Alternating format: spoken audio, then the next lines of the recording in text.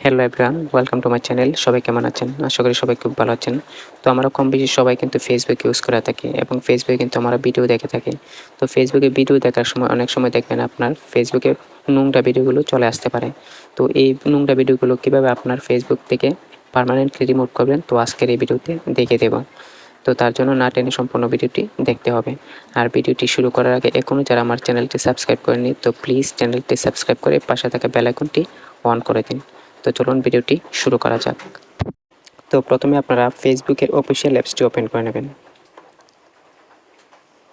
তো ওপেন করার পর উপরে দেখেন যে এই 3 ডট লাইনটিতে ক্লিক করে দেবেন। তো 3 ডটে ক্লিক করার পর একটু নিচের দিকে স্ক্রল করবেন। তো স্ক্রল করার পর এখান দেখেন সেটিংস অ্যান্ড প্রাইভেসি অপশনটিতে ক্লিক করে দেবেন। তো এটিতে ক্লিক করার পর আবার দেখেন এখানে সেটিংস নামে যে অপশনটি আছে সেটিতে ক্লিক করে দেবেন। তো এটিতে ক্লিক করার পর একটু নিচের দিকে স্ক্রল করবেন। তো স্ক্রল করার পরে দেখেন এখানে প্রিফারেন্সেস অপশনটির নিচে দেখেন নিউজ ফিড লেখা আছে, তো আপনারা নিউজ ফিডে ক্লিক করে দেবেন। তো এটিতে ক্লিক করার পর দেখেন এখানে অনেকগুলো অপশন আছে, তো সেখান থেকে আপনারা রিডিউসে ক্লিক করে দেবেন।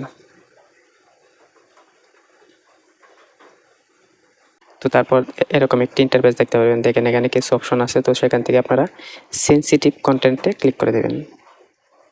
তো তারপর দেখেন এখানে 2টি অপশন আছে, তো সেখান থেকে আপনারা 2 নাম্বার অপশনটিতে সিলেক্ট করে দেবেন। তো তারপর দেখেন এরকম একটা ইন্টারফেস আসবে, তো সেখান থেকে আপনারা ওকেতে ক্লিক করে দেবেন। ওকেতে ক্লিক করার পর নিচে দেখবেন যে your preferences has been uploaded লেখাটা চলে আসবে। তো তার মানে আপনাদের কাজ শেষ। তো এবার আপনারা ফেসবুকের ভিডিও দেখলে তো আর আপনাদের ফেসবুকে খারাপ ভিডিওগুলো আর আসবে না।